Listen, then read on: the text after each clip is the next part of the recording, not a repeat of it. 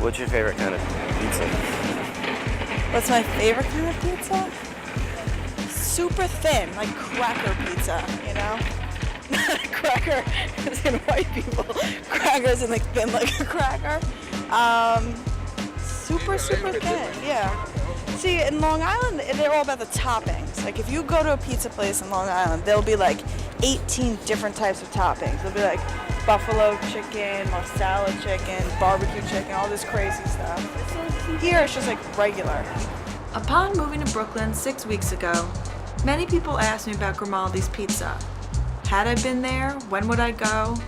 Mind you, these people were mostly Long Islanders, and once here I heard nothing of Grimaldi's. So I decided to head out for this legendary or possibly bogus pizza place in my new neighborhood. So what have you heard about Grimaldi's? It's supposed to be like the ultimate pizza. You can't order slices, you can only order pies. It's under the Brooklyn Bridge. It makes it seem kind of mythical. It's bizarre. Yeah, that's all I know. I've been talking to my new roommate and longtime friend Danielle about the Brooklyn Heights Promenade for a while now. Although I've only been there once, and my memory is shaky of exactly how to get there, I knew we could handle that journey, and then it would have us relatively close to Grimaldi's. We're going to interview Danielle about what she knows about Grimaldi's too. Probably nothing, but that's okay. The starting point for the Mish was the corner of Court and Skirmerhorn. Have you been to Grimaldi's? I have not been to the infamous Grimaldi's. It's supposed to be all thin crust and delicious. It's been around for a really long time though, because I remember my parents talking about it years ago. They came from Queens to go to Grimaldi's. They actually lived in East New York. Oh, there you go.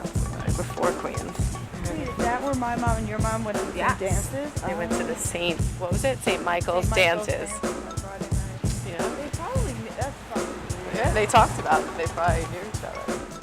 We walked too far down under the overpass and could see the promenade above us. We had to try 2 other blocks, one on which I lost the back of my earring. Gold backing.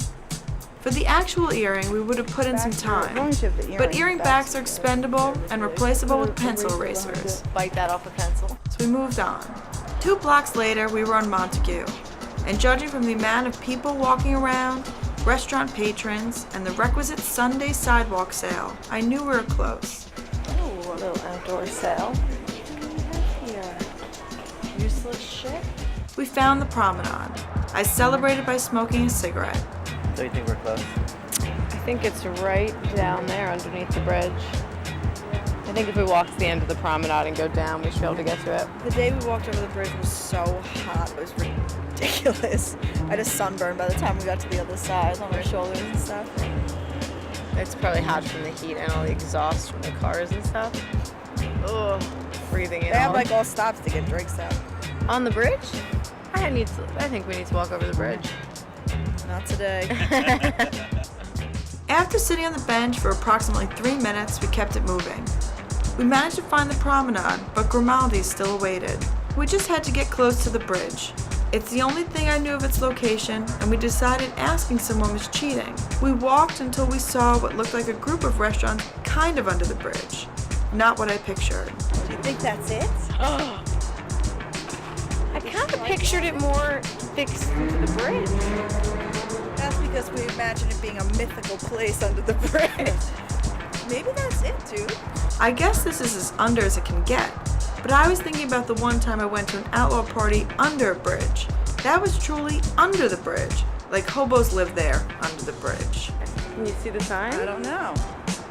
Oh, Stripes look pizza-like, don't they? they look all Italian and rustic. That's under the bridge. I see the bridge over it. Hence, that's under. I hate to disappoint you, but I think that's Pete's. So it turns out this particular Italian awning is Pete's. We did, however, find a clue.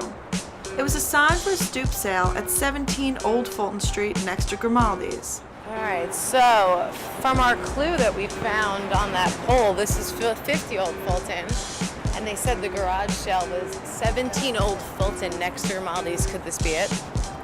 Could it be it? Waiting online for it? This is the line? Well, I guess now we wait. Do you think it's going to be worth the wait? I don't think we have a choice at this point. We must try it. Yeah, we're gonna wait. Let's do it. There's something very anticlimactic about finding some place and then discovering you have to wait online.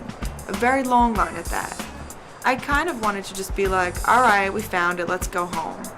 But that would have been absurd, so we waited. Then, a satisfied customer walked out, rubbing his stomach and exclaiming, "Oh, baby." This made me feel hopeful and renewed my patience for waiting.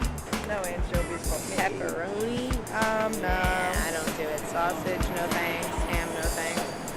I say if we're really gonna discern, we go regular. How about you? I think it's the only way to really judge. Is there anything we could get a topping on ham? We should do that. All right, topping on ham. What do you What's it want? gonna You be? pick, Scott. You pick. Yep. 2, 3. It's gonna be the best damn pizza I've ever put my lips on. Then it was our turn. Okay, ready? We ordered antipasto, house red wine, and a large pie, half with mushrooms. We ordered wisely.